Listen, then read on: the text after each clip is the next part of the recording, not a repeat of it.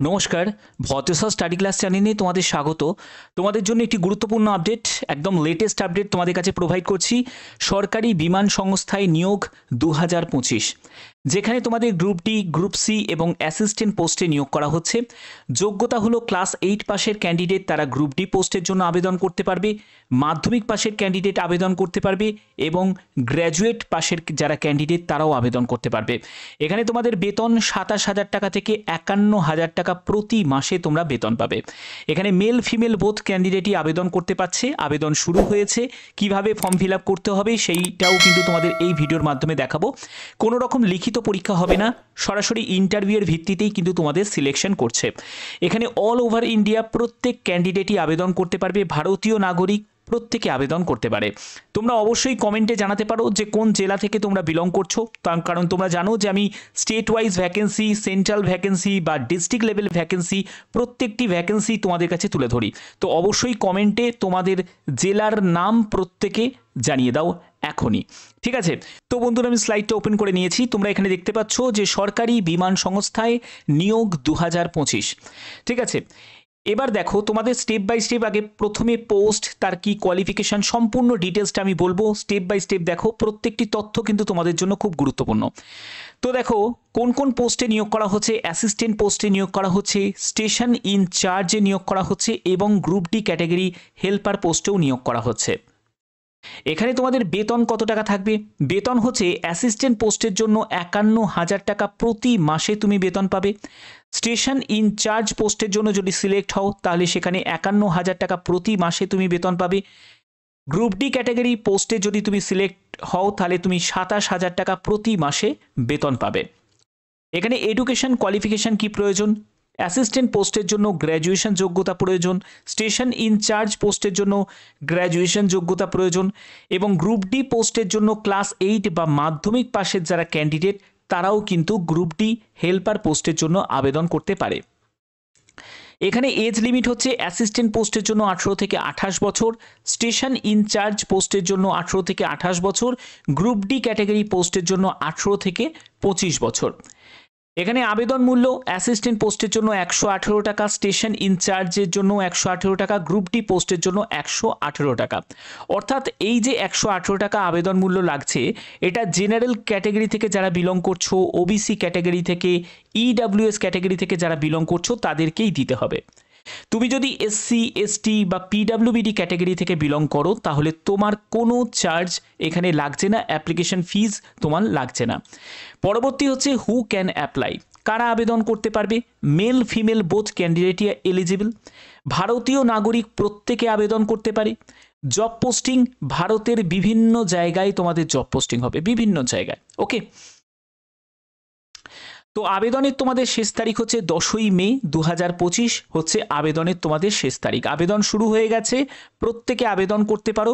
আবেদন করার পরে তার অ্যাকনলেজমেন্ট যে প্রিন্টটা সেটা কিন্তু অবশ্যই রেখে দেবে, কারণ যখন তোমাদের ইন্টারভিউ হবে তখনই কিন্তু তোমাদের ডকুমেন্ট ভেরিফিকেশনও হবে এবং তখন তোমাদের অরিজিনাল ডকুমেন্টের সাথে এগুলোও কিন্তু তোমাদের প্রয়োজন হবে।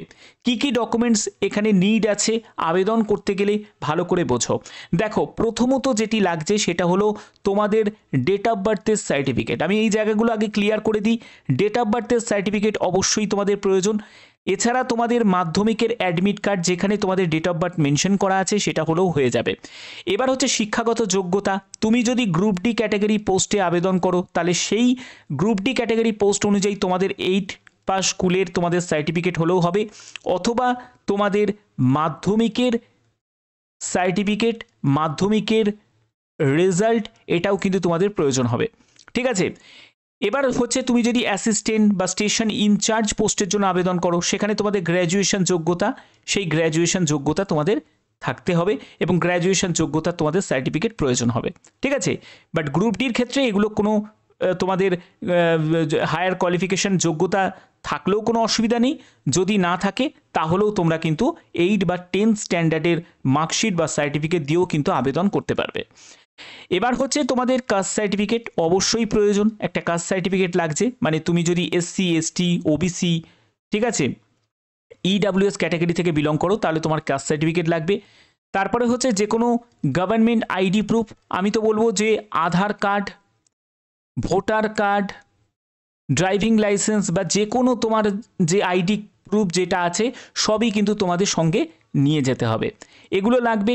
তারপরে হচ্ছে ফটো লাগবে, সেটা কিন্তু 3 কপি তোমাদের ফটো লাগবে। তো এই সব ডকুমেন্টসগুলো কখন নিড আছে? যখন তুমি ডিভি দিতে যাবে তখন কিন্তু তোমাদের নিড আছে। এখন কিন্তু প্রয়োজন হবে না আবেদন করতে গেলে। তো এখন আবেদনটা তোমরা কিভাবে করবে তার জন্য অফিসিয়াল ওয়েবসাইটে ভিজিট করব। দেখো, তো চলো এবার আবেদন করার যে প্রসেসটা সেটা তোমাদের দেখাচ্ছি। এর জন্য আমি যে কোনো একটি, আমি ধরো গ্রুপ ডি তুমি হেল্পার পোস্টের জন্য আবেদন করবে, তো সেখানে গিয়ে তুমি ক্লিক করলে, এখানে ক্লিক করার পরে তোমার এখানে মেল আইডি এবং পাসওয়ার্ড চাইছে। তো তুমি একজন যদি নিউ ইউজার হও, মানে নতুন তুমি আবেদন করছো, তাহলে তোমাকে রেজিস্টার হিয়ার অপশানে ক্লিক করতে হবে। এখানে প্রথমে তোমার নাম, তারপরে তোমার মেল আইডি, তোমার ক্যাটাগরি তোমাকে এখানে সিলেক্ট করতে হবে। তুমি কোন ক্যাটাগরি থেকে বিলং করছো সেই ক্যাটাগরি তুমি সিলেক্ট করবে। তোমাকে একটা পাসওয়ার্ড এখানে ক্রিয়েট করতে হবে, 8 ক্যারেক্টারের পাসওয়ার্ড।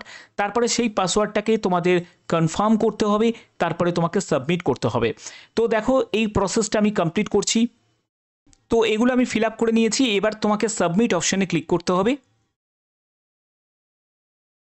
তো দেখো সাবমিট অপশানে ক্লিক করার পরে তোমাদের এরকমই কিন্তু একটা ইন্টারফেস চলে আসবে, যেখানে বলছে যে thank you for registration for online application, we have sent a link with a log in your log in details.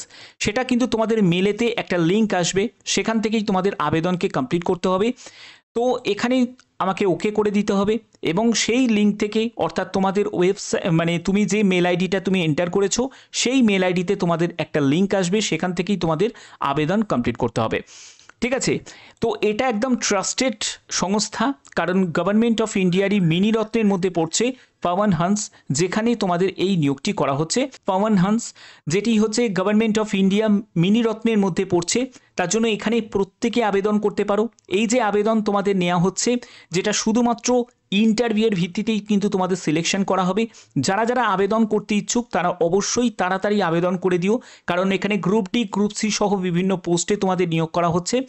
এখানে তোমরা যারা যারা আবেদন করবে তারা অবশ্যই যেরকম প্রসেস আমি দেখালাম সেই রকম প্রসেসেই কিন্তু তোমাদের আবেদন করতে হবে, আদারওয়াইজ সেই আবেদন কিন্তু তোমাদের অ্যাকসেপ্ট হবে না। আশা করি তোমরা এটা ব্যাপারটা বুঝতে পেরেছো। বাদবাকি যে কোনো আপডেট যখনই আসবে সেই আপডেট তোমাদের কাছে পৌঁছে দেবো। এরকমই গুরুত্বপূর্ণ তথ্য পাওয়ার জন্য অবশ্যই তোমরা চ্যানেলটাকে সাবস্ক্রাইব করে রাখবে, বেল আইকনটাকে অল করে রাখবে। এখনের মতো এটুকুই, ধন্যবাদ।